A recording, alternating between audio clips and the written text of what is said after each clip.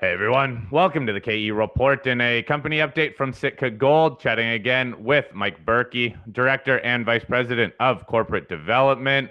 And we are going to be following up on more drill results coming from this RC Gold project in the Tombstone Gold Belt in the Yukon, and some more results from this Rhosgobel area. Mike and I chatted last week with some early on results from this area, and now we're following up with a couple more drill results and a couple more over 100-gram meter holes here. Two holes released in the news release from yesterday, August 12th.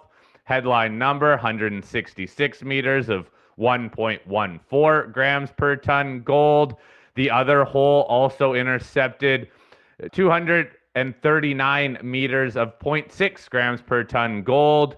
Now, Mike, just take us through this Rhosgobel area. All these results are coming pretty much from surface. It's still early on, but clearly the drill bit is delivering for you to build out a resource here. Yeah, absolutely, Corey. We just, made the discovery as we talked before last year. First two diamond drill holes into this intrusion. They intersected greater than 100 gram meter holes. We've stepped out so far this year over 900 meters along the strike of the veins. We use oriented drill core. We understand the controls on mineralization at Rhosgobel, but on the RC Gold property in general, the veins that host the mineralization strike roughly east-west. They're steeply dipping. So we're able to get into the zone where we feel the mineralization strongest. Holes 1 and 2 were drilled last year. This year we've begun stepping out on sections. So hole 3 and 4 are on the same section. Hole 5 and 6 are on the same section.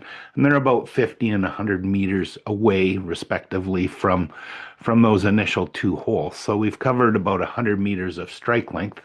But then we've drilled, 22 holes into this area. So when you look at the plan map in our press release, figure 3, it shows we've stepped out over 900 meters. We've intersected visible gold in 16 of those drill holes. So we're pretty excited about the potential for this deposit to grow substantially.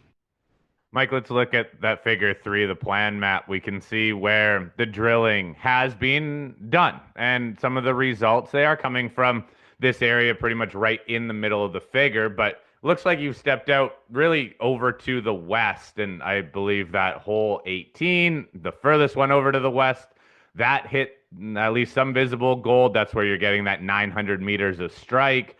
But hole 17 also looks like it hit a lot of visible gold. I want you to explain this plan map when it comes to the soil geochemistry. That's that green, red, even some darker red blobs in here. Hole 17 kind of looks like it was in a barren zone. So explain what you're looking for with this geochem and how it played into this drill plan of really just expanding east-west right now.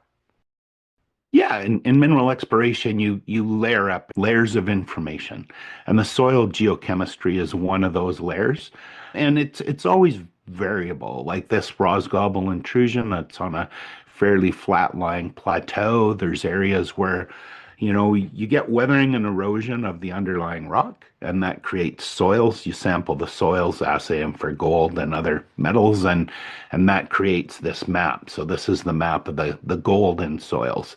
So sometimes, the rock is closer to surface or deeper down, the soils are better developed.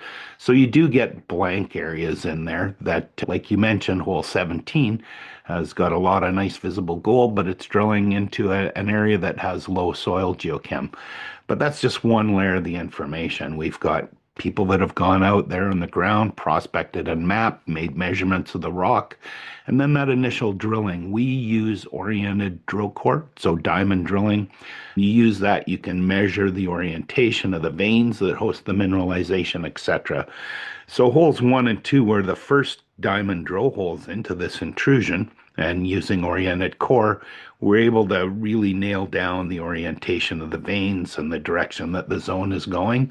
So we're using that in conjunction with the soils. The soils give you a broad footprint, but the work we're doing in the diamond drilling gives us a more precise targeting. So we're on trend in there using that interpretation of all those different layers of data that we pile up on top of each other. And, just in addition to that, we've recently done a bunch of geophysics on the Rhosgobel and on the Blackjack deposits to test different methods that will help us with this targeting. So we'll use that information to layer up as well, because if you look at the soil geochem, you look at the north, at the edge of the map on figure 3, and you go, well, why aren't you drilling up there? And we will eventually, I can guarantee you that.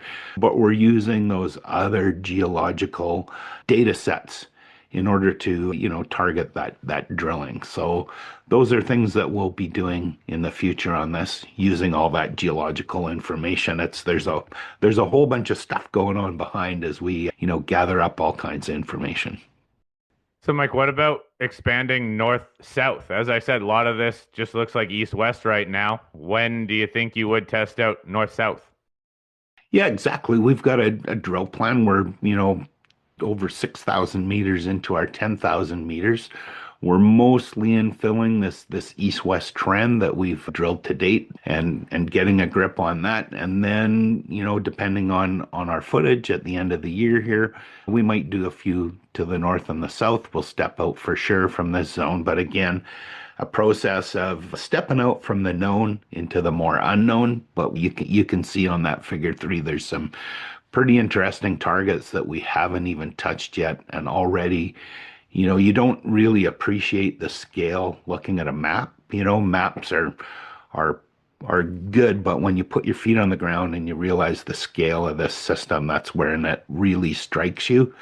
So, we'll focus in on this known area, stepping out east-west for now, but certainly that north-south. There'll be some step outs in that direction for sure, but probably on a smaller scale. I don't know if we'll get up to the stuff to the north quite yet, but definitely everything's in the cards here.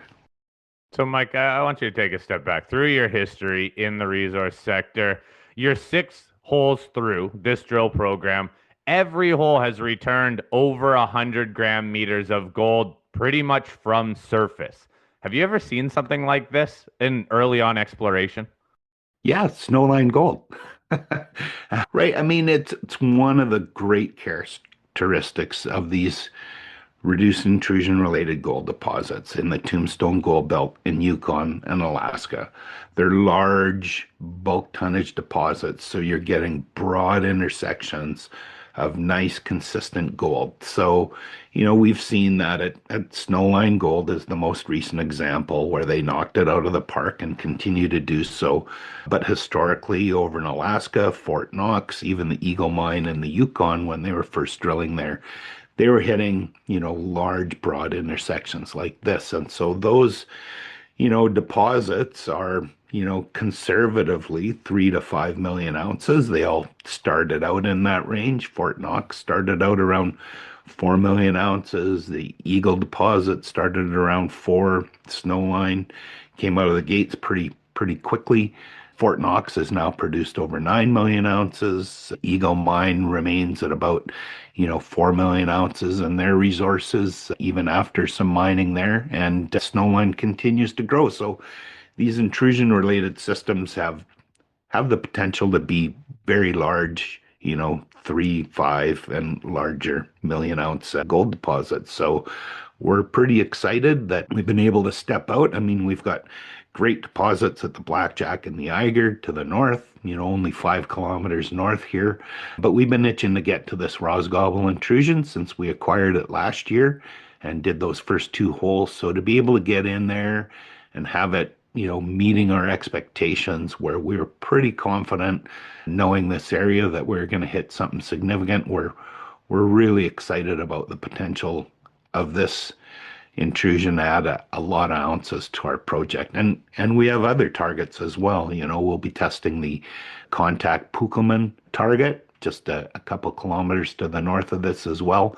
And then we have a whole bunch of other targets in our pipeline. So the potential, for this Clear Creek intrusive complex to produce a mining camp that hosts a lot of ounces of gold is really starting to unveil itself now with the drilling we're doing at Rhosgobel. So, Mike, it has been 2 interviews now in a row that we've been focused on Rhosgobel because of what was in the news. When will we see some results from some of these other areas? Yeah, we just started on Pukelman Contact, so those will be a while yet, but we have been drilling up on the Blackjack Saddle Eiger corridor, and we did release some results earlier. Then we moved these Rhosgobel drill holes up in the pipeline, so they took precedence, but we should be seeing other results from those other zones. Fairly soon. We're seeing a nice flow of assays now, so expect to see news in the near future. All right, Mike. What else should we know about this drill program? So far, it still seems fairly early on that we're getting results. You're already drilled, at least in the news release, says over 22,000 meters in 62 holes. The whole program was planned for 30,000 meters. You still have 4 rigs turning.